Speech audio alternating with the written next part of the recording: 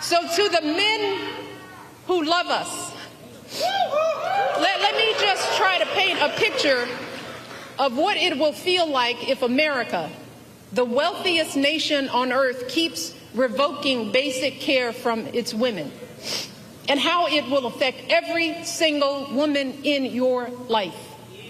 Your girlfriend could be the one in legal jeopardy if she needs a pill from out of state or overseas, or if she has to travel across state lines because the local clinic closed up. Your wife or mother could be the ones at higher risk of dying from undiagnosed cervical cancer because they have no access to regular gynecological care.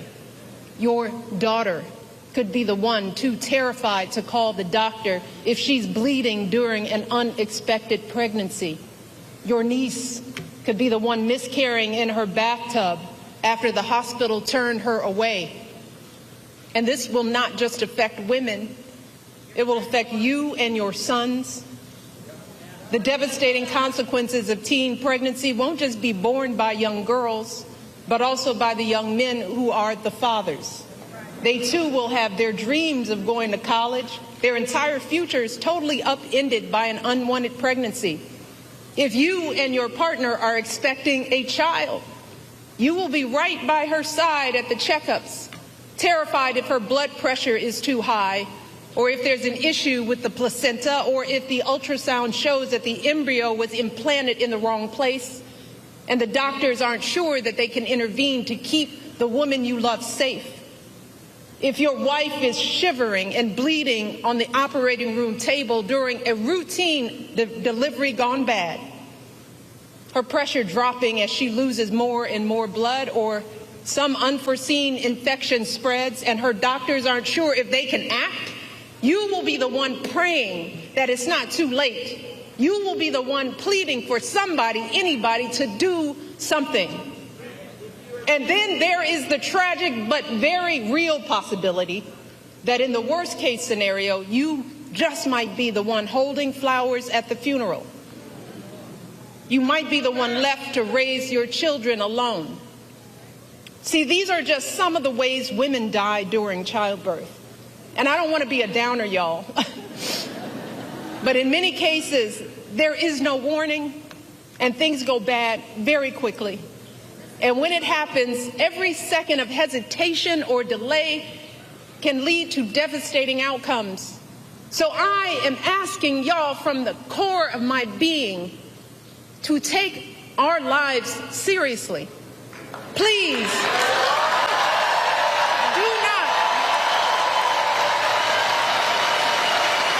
do not put our lives in the hands of politicians, mostly men, who have no clue or do not care about what we as women are going through, who don't fully grasp the broad-reaching health implications that their misguided policies will have on our health outcomes. The only people who have standing to make these decisions are women with the advice of their doctors. We are the ones with the knowledge and experience to know what we need. So please, please do not hand our fates over to the likes of Trump, who knows nothing about us, who has shown deep contempt for us. Because a vote for him is a vote against us, against our health, against our worth. And let me tell you all, to think that the men that we love could be either unaware or indifferent to our plight is simply heartbreaking. It is a sad statement about our value as women in this world. It is both a setback in our quest for equity and a huge blow to our country's standing as a world leader on issues of women's health and gender equality. So fellas, before you cast your votes, ask yourselves, what side of history do you want to be on?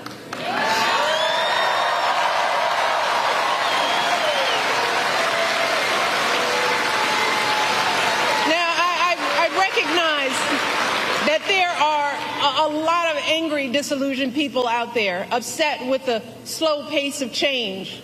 And I get it. It is reasonable to be frustrated.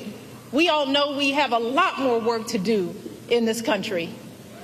But to anyone out there thinking about sitting out this election or voting for Donald Trump or a third-party candidate in protest because you're fed up, let me warn you, your rage does not exist in a vacuum. If we don't get this election right, your wife, your daughter, your mother, we as women will become collateral damage to your rage.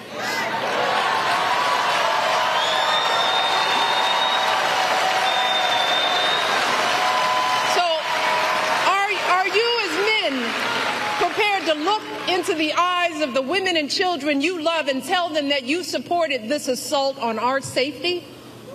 And to the women listening, we have every right to demand that the men in our lives do better by us. We have to use our voices to make these choices clear to the men that we love. Our lives are worth more than their anger and disappointment.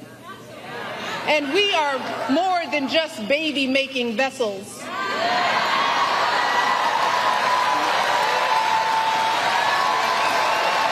And if you are a woman who lives in a household of men that don't listen to you or value your opinion, just remember that your vote is a private matter.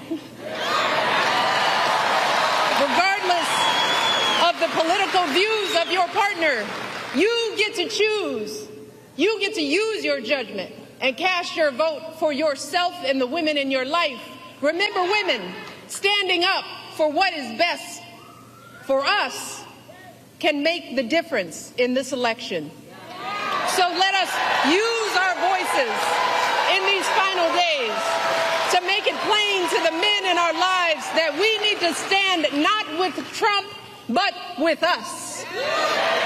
We need them to vote for the only candidate in this race who will protect our lives. We need them to vote for Kamala Harris.